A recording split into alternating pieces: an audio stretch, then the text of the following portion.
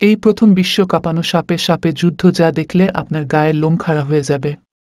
ঘটনাটি আমাজনের জঙ্গলে। সাপটির উচ্চতা 40 ফুট, লম্বায় 37 ফুট। আমাজনের নদী ও জলাভূমিতে বাস করা অ্যানাকোন্ডা প্রায় খাবারের সন্ধানে ডাঙায় আসে। কনস্ট্রিক্টর প্রজাতির এ সাপ তার শিকারকে নিজ বিশাল দেহ দিয়ে পেঁচিয়ে মেরে ফেলে, তারপর গিলে খেয়ে পেট ভরায়। এক একটি অ্যানাকোন্ডার ওজন 180 পাউন্ডের মতো হয়ে থাকে।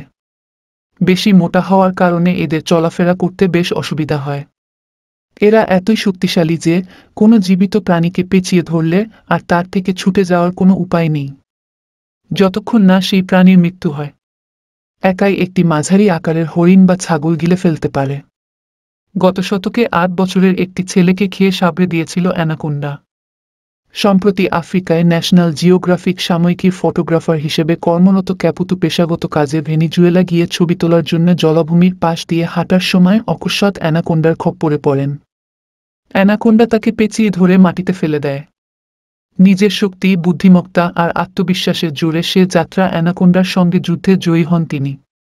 এমনিতেই আফ্রিকার বনাঞ্চলের বন্য প্রাণীগুলো ভয়ঙ্কর হিসেবে পরিচিত। এমন স্থানে সেলফি ছবি তুলতে যাওয়া আর নিজের জীবনকে মৃত্যুর হাতে সঁপে দেয়া একই কথা।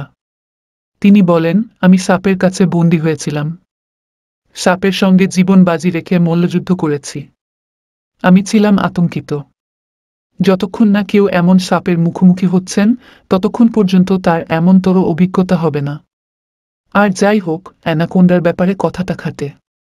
গবেষকরা ভেনিজুয়েলার জলাভূমি থেকে সংগ্রহ করা অ্যানাকোন্ডা পর্যবেক্ষণ করেন। অ্যানাকোন্ডার চোখের কোনো পাতা নেই। সাদা ও ধূসর হালকা বর্ণের ছাপযুক্ত এই সাপের চোখ দেখতে অনেকটা সাদা। গ্রাস্যকালে প্রজনন মৌসুমে এরা জলাভূমির পার্শ্ববর্তী ঝোপ জঙ্গলে চলে আসে।